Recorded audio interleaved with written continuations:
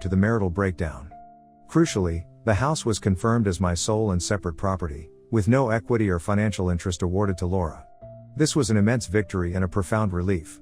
In his summary, the judge made note of Laura's egregious conduct throughout the proceedings, including her false allegations, her attempts to manipulate the court, citing the pregnancy claim specifically, and her courtroom outbursts, stating these behaviors reflected poorly on her credibility.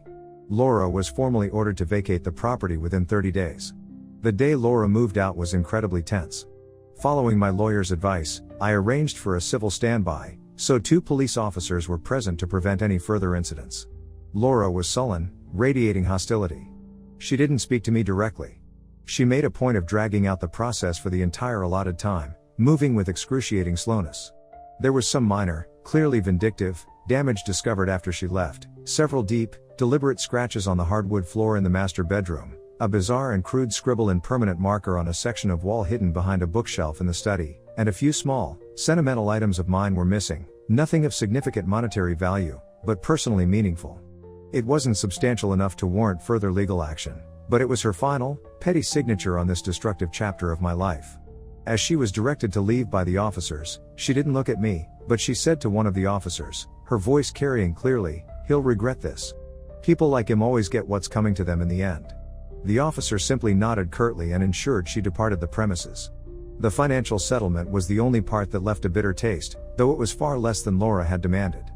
Because she had been fired from her job, a direct consequence of her affair and related misconduct becoming known, and successfully argued that she currently had no means of support, the court ordered me to pay temporary spousal support. It's a modest amount, and for a strictly limited period, 18 months. My lawyer explained that such awards are fairly standard in our jurisdiction to allow a non-earning or significantly lower earning spouse a transitional period to secure employment and become self-sufficient, irrespective of their conduct during the marriage, unless it involved criminal financial fraud against the spouse.